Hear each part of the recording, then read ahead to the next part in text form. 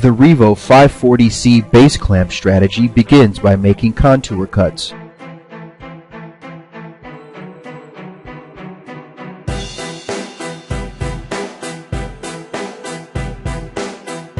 The cutaway wax sections are then easily removed. The disc cutter can now be used to hollow out the model.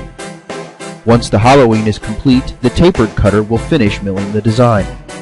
The horizontal spindle mills the top-down detail of a ring project, while the vertical spindle finishes the rest of the design.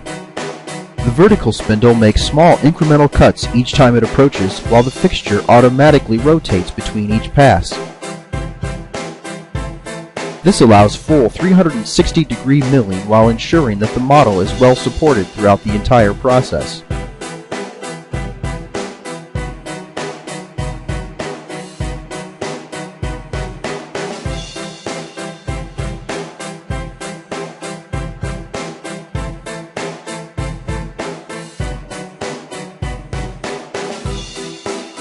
The base clamp strategy utilizes both the horizontal and vertical spindle all in one strategy with absolutely no fixture changes.